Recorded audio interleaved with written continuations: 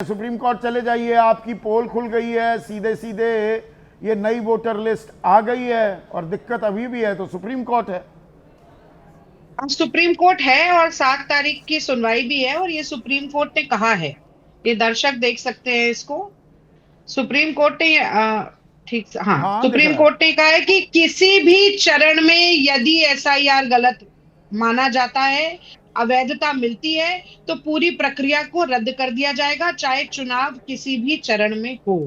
तो supreme court ये कह चुका है संदीप जी। ये थोड़ी सी इस पे दुविधा थी, इसीलिए मैंने बात इसमें कही। कोई पर दुविधा नहीं है, देखिए, मतलब आप कह रहे हैं सुप्रीम कोर्ट कह चुका है तो दिक्कत कहाँ है, पर यहाँ ये कह रहे हैं मैं राजीव आपको बता रंजन एके वाजपेयी, दिक्कत कहाँ है? मैं वही आपको बता रही हूँ। पहले तो आपके दर्शकों को आज दुर्गाष्टमी की शुभकामनाएं देना चाहती हूँ और दशहरे की भी अग्रिम शुभकामनाएं देना चाहती हूँ। पूरे देश में रामलीला का मंचन हो रहा है, इसीलिए उसी की उपमा से शुरू करती हूँ कि जब भाजपा और जदयू के ठगबंधन को बिहार में हार सुरसा की तरह मुंह बाए खड़ी हुई दिखी, तो एक बड़ा अच्छा विकल्प निकल कर आया कि एसआईआर आनन फानन में येन केन प्रकारेण करवा दो, वोट चोरी करो, वोटर लिस्ट कैप्चरिंग करो और चुनाव जीतने का भरकस प्रयास करो। जब 2003 में संदीप जी, जब ये एसआईआर हुआ तो किसी ने सरकार को कटघरे में खड़ा नहीं किया। 2 साल का समय था, पर्याप्त समय था। और आज इतना किंतु परंतु अगर मगर इफ बट इसलिए है क्योंकि भ्रामक परिस्थिति है ना।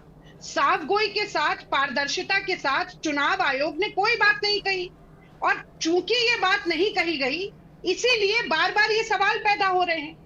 अमित शाह जी ने कहा था कि बिहार का चुनाव भाजपा के लिए घुसपैठियों को भगाने का चुनाव है, लेकिन चुनाव आयोग ने एक घुसपैठिए का नाम नहीं बताया। उसके बाद हम आगे बढ़े, आपने फॉर्म 6 की बड़ी अच्छी बात कही, नए युवा वोटर जुड़े हैं। पर ये पता तो चले कि वो युवा वोटर हैं। राहुल गांधी जी ने जब प्रेस वार्ता की थी महादेवपुरा के बारे में, तो वहां पर जानकारी मिली थी कि फॉर्म 6 का उपयोग किया गया है 70 साल के, 80 साल के, यहां तक कि 90, 91, 92 साल के लोगों को जोड़ने के लिए। तो वो कौन लोग हैं, उनकी क्या उम्र है जो फॉर्म 6 से जुड़े हैं या नहीं जुड़ पाए हैं। आज सबसे ज्यादा जो वोटर जुड़े हैं उनमें से एक जिला जो है वो दरभंगा है। उसी दरभंगा को याद कीजिए, आपकी भाजपा की महिला मोर्चा की जिलाध्यक्ष बीएलओ के साथ बैठकर नाम जोड़वा रही थी और नाम कटवा रही थी। सुभाष वैद तो हैं, दिल्ली वासी हैं, ये रागिनी, सारी वो कह बातें रहे तो हैं हुई है ना 69 संदीप जी। लाख 69 लाख वोटर्स के नाम कटे, ठीक है, लेकिन वजह क्या है ये इसी को बताना चाहिए। वजह नहीं तो वैसे देखिए, बता रखी है कि इतने मृत हैं, इतने पलायन हैं और एक से ज्यादा जिनके नाम है वो 7,01,000। हाँ, मगर इसी ने ये नहीं बताया कि घुसपैठिए कितने हैं। संदेह कुछ लोगों पर है, ये बात कही गई थी प्रेस कॉन्फ्रेंस में जब ज्ञान बांटा गया था। लेकिन उसमें भी केवल संदेह की बात कही थी, ये ठप्पा नहीं लगा के दिया था कि इतने लोग हैं जिन्हें हम आइडेंटिफाई कर चुके हैं। नहीं, इसमें आपने कहा एक कि कैटेगरी और विपक्ष है, बवाल। Ineligible voters remove from draft list. Draft list से 3,66,000 भी हटाए गए हैं।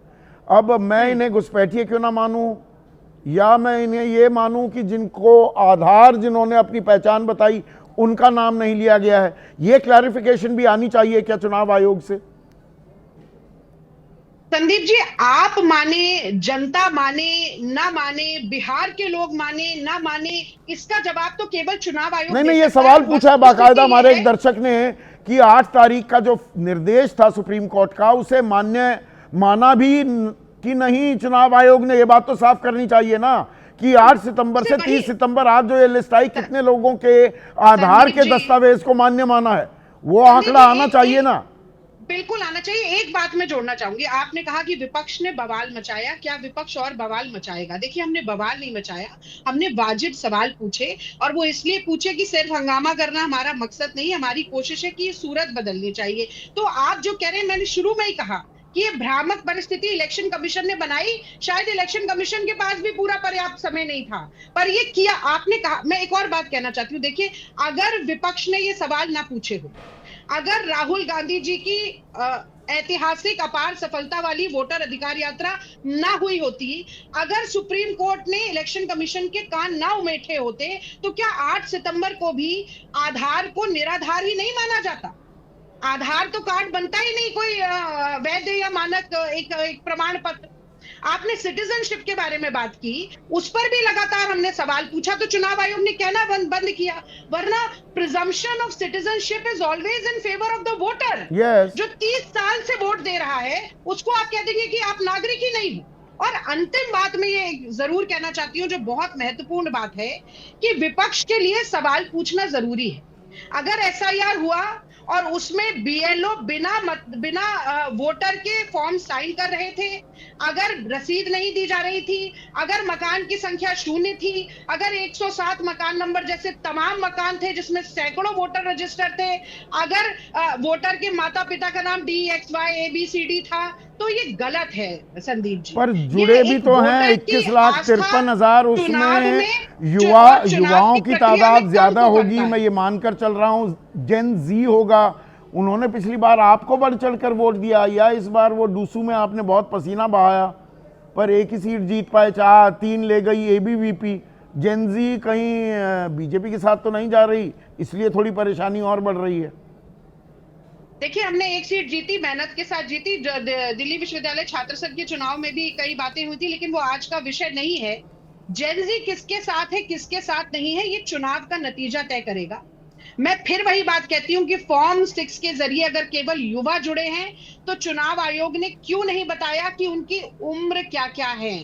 अगर कोई 50 साल का, 60 साल का, 70 साल का व्यक्ति फर्स्ट टाइम वोटर के रूप में अपने आप को रजिस्टर करता है, तो ये भी एक तरीके की तो धांधली ये है। आंकड़ा कितना भाजपा बड़ा है, हर इसकी चुनाव तफसील से भी मिलनी पहले चाहिए क्या? घुस ठीक है जनरल वर्मा, आज जो ये, क्योंकि आप याचिकाकर्ता थे, आपने सुप्रीम कोर्ट का दरवाजा खटखटाया एसआईआर की प्रक्रिया को लेकर, आज जो ये नई वोटर लिस्ट आई है, तो इसे देखकर आपकी पहली प्रतिक्रिया क्या थी? और आपके साथ आपके सहयोगी रहे जगदीप छोकर, अब वो ऊपर बैठे हुए, आप मुस्कुरा रहे थे या थोड़ी त्योरियां चढ़ी ये नई वोटर लिस्ट आई जब? देखिए संदीप जी, इस पे भी काफी सवाल उठते हैं और वही पारदर्शिता वाला मामला दोबारा से हम कहना चाहेंगे। अभी तो ये लिस्ट आई है, इसको एनालाइज करेंगे क्योंकि 7 तारीख को हियरिंग है सुप्रीम कोर्ट में, तो उसमें हम अपना डिटेल्स एनालाइज करने के बाद बताएंगे। लेकिन मोटे तौर पे कई सवाल उठते हैं इसमें, जैसे कि अगर आप वो 7.89 करोड़ का फिगर लें और उसमें से 7.42 करोड़ घटा दें, तो यानी कि अभी 47 लाख कम हो गए। हाँ, पहले जो ड्राफ्ट लिस्ट में 65 लाख थे, अभी 47 लाख कम हो गए। अब ये 47 लाख की डिटेल्स तो इन्होंने दी नहीं हमारे नहीं को। नहीं, इसमें भी जनरल घुसपैठियों साहब का मैं इसको सवाल दूसरे काफी लोगों तरीके ने से देख उठाया रहा हूं। है। कई चैनल ये चला रहे हैं कि तो 47 लाख कम हुए, मैं तो कह रहा हूं 69 लाख कम हुए हैं, 21 लाख जोड़ दिए गए हैं।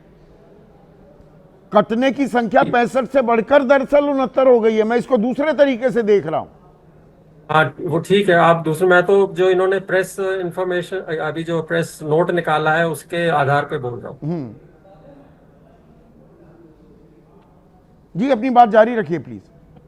हाँ, तो मैं ये कह रहा था कि बेसिकली एक तो पारदर्शिता चाहिए कि ये जितने भी कम हुआ है नंबर, चाहे आप जो कह रहे हैं या मैं 47 लाख बोल रहा हूँ, इसकी डिटेल बताना बहुत जरूरी है। हमें पता लगना चाहिए कि इसमें से कितने मृत हैं, कितने मूव कर गए हैं, और वो सारी डिटेल जैसे पहले इन्होंने बताई थी वो अभी नहीं बताई।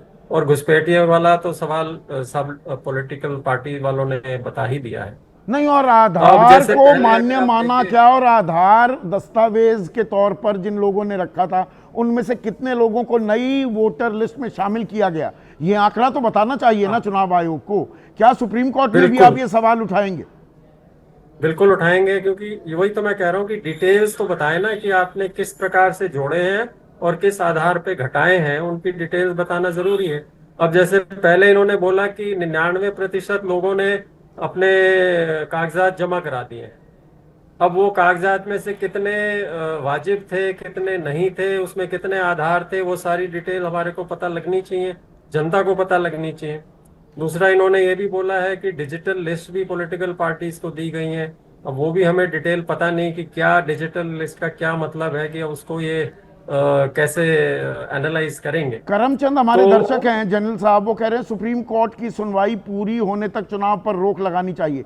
और जो अभी रागिनी भी कह रही थी कि सुप्रीम कोर्ट ने कहा है किसी भी चरण में हम प्रक्रिया पर रोक लगा सकते हैं, तो क्या रीडिंग ये सही है? सुप्रीम कोर्ट चाहे चुनावी अधिसूचना जारी भी हो जाए, फर्ज कीजिए जो अभी टाइमलाइन आ रही है कि 6 तारीख तक उम्मीद हम कर रहे हैं पत्रकार लोग कि चुनावी अधिसूचना जारी हो जाएगी, आचार संहिता लागू हो जाएगी, उसके बाद भी प्रक्रिया रुक सकती है क्या? देखिए, जजेस ने अपने उसमें ये रिमार्क तो दिया था, लेकिन अब सवाल यही उठता है कि वो जो इन्होंने लिस्ट अभी जारी की है उसमें कुछ अनियमितताएं पाएंगे कि नहीं पाएंगे, या वो बोलेंगे कि ये ठीक है इन्होंने जो किया है।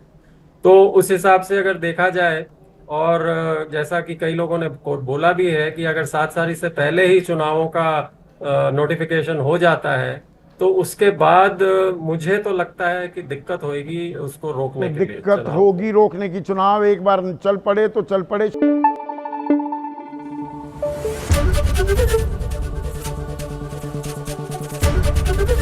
एबीपी न्यूज आपको रखे आगे।